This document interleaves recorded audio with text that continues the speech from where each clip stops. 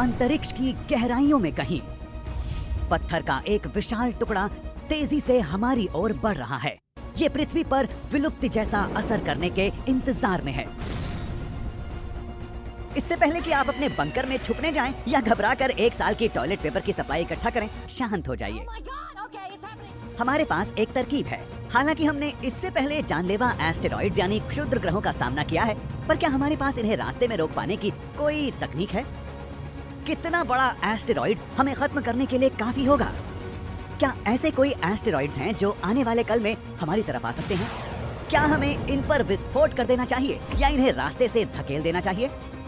आप देख रहे हैं क्या हो अगर, और ये है क्या हो अगर एक एस्टेरॉइड पृथ्वी से टकराव की दिशा में आगे बढ़ रहा हो। यहाँ क्या हो अगर पर हमने एस्टेरॉइड से जुड़े कई हालातों पर चर्चा की है। और हाँ, कई लोगों और डायनासोर्स को हमारे वीडियोस में मरते देखा गया है। पर आने वाली इस परेशानी की राह देखने की जगह इस एपिसोड में हम विज्ञान और लेजर की मदद से उस परेशानी से लड़ने वाले हैं। पिप्यू, पिप्यू, पिप्यू, पिप्यू। आप सोच रहे होंगे कि क्या ऐसे जानलेवा एस्टेरॉइड्स हैं जो हमारी ओर बढ़ रहे हैं? नासा के मुताबिक एक संभावित रूप से खतरनाक एस्टेरॉइड 101955 बेनू या केवल बेनू के हमारी तरफ आने की संभावना है। ये प्राचीन एस्टेरॉइड 71 अरब किलोग्राम से ज्यादा भारी है और 2700 में से 1% की संभावना है कि साल 2185 में ये पृथ्वी से टकरा सकता है। तो हमारे पास थोड़ा वक्त है, पर हमारे पर पोते या पोतियों के पास शायद ज्यादा वक्त ना हो, बशर्ते वो सही तकनीकें आजमाएं। तो हम एक एस्टेरॉइड के टकराव को कैसे रोक सकते हैं? वैसे एक एस्टेरॉइड को रोक पाने के कुछ तरीके हैं। आपकी पहली सोच शायद ये होगी कि फिल्मों की तरह इन्हें उड़ा दिया जाए। अब हालांकि एक एस्टेरॉइड पर परमाणु हमला करना मुमकिन है, ये पूरी तरह से उसके आकार पर निर्भर है। इसे ऐसे समझते हैं कि जिस एस्टेरॉइड की वजह से डायनासोर मारे गए थे, उस पर हमला करने के लिए आज तक में बने सबसे बड़े परमाणु बम से भी 2000 गुना ज्यादा ताकतवर बम की जरूरत होगी। आर्मेगेडन फिल्म के मामले में अगर एक 1287 किलोमीटर चौड़ा एस्टेरॉइड 1 घंटे में पृथ्वी से टकराने वाला है, तो हमें इस पर इतनी ऊर्जा से धमाका करना होगा जितना सूरज का पूरे दिन का ऊर्जा उत्पादन होता है, यानी ढेर सारी गोलाबारी। ब्रूस विलिस को बहुत तेजी के साथ वहां से निकलना होगा, वरना जान जा सकती है।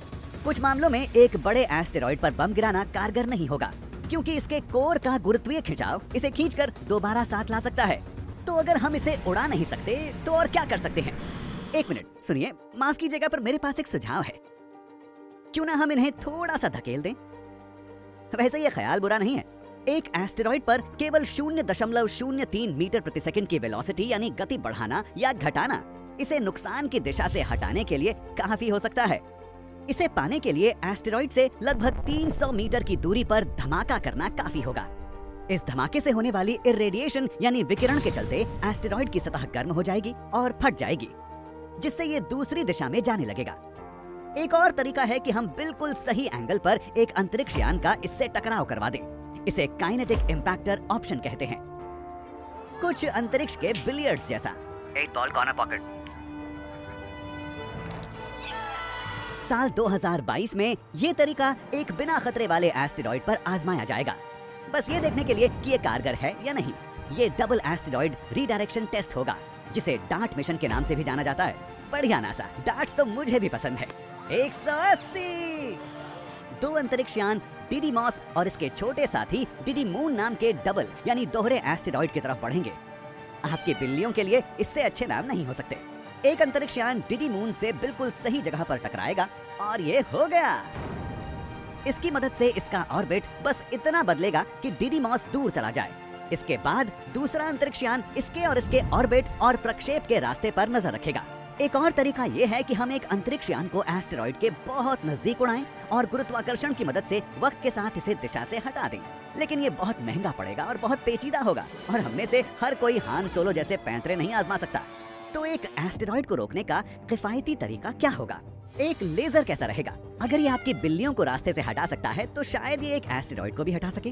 आंकड़ों की एक शोध के मुताबिक एक 80 मीटर चौड़े एस्टेरॉइड पर एक ताकतवर लेजर से 1 महीने तक हमला करने पर उसमें इतनी गर्मी पैदा हो सकती है कि इसे 2 पृथ्वियों के बराबर दूरी पर धकेला जा सके।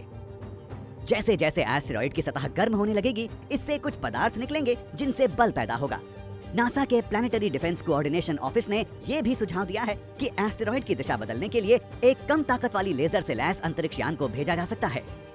पर ये कर पाने के लिए इस यान को 15 साल पहले ही एस्टेरॉइड के पास पहुंचना होगा।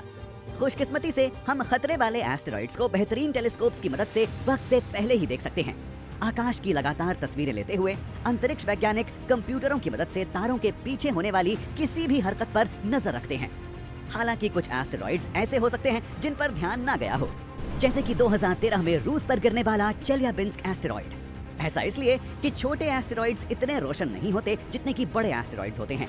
इन्हें जमीन पर लगे टेलीस्कोप्स की मदद से देख पाने के लिए इनका पृथ्वी के काफी करीब आना जरूरी है। अच्छी बात यह है कि रूसी उल्कापिंड चेल्याबिंस्क शहर से 30 किलोमीटर ऊपर ही फट गया था, जिससे कोई गंभीर नुकसान नहीं हुआ। फिर भी इसकी वजह से एक मजबूत झटके की लहर महसूस की गई थी, जिससे खिड़कियां टूट गई थीं और लगभग 1500 लोग घायल हुए थे। नासा ने 21,000 से ज्यादा एस्टेरॉइड्स और 100 धूमकेतु यानी कॉमेट्स को पृथ्वी के पास की चीजों की श्रेणी में रखा है। इनमें से केवल 2000 को संभावित रूप से खतरे वाला बताया गया है। इसका मतलब ये हुआ कि इनके ऑर्बिट्स पृथ्वी के ऑर्बिट से 72 लाख किलोमीटर जितनी दूरी में आते हैं और एक वैश्विक तबाही लाने के लिए इन्हें 800 मीटर से ज्यादा बड़ा होना होगा। इससे पहले कि आप घबराएं, किसी एस्टेरॉइड की वजह से मारे जाने की संभावना 2,50,000 में एक जितनी है। यानी विमान दुर्घटना या भूकंप में आपके मारे जाने की संभावना इससे ज्यादा है। पर आप ये जानकर बेहतर नींद ले सकेंगे कि यूरोपियन स्पेस एजेंसी और नासा दोनों में जानकारों के ऐसे पैनल्स हैं जो दशकों से एस्टेरॉइड से बचाव की रणनीतियां बना रहे हैं।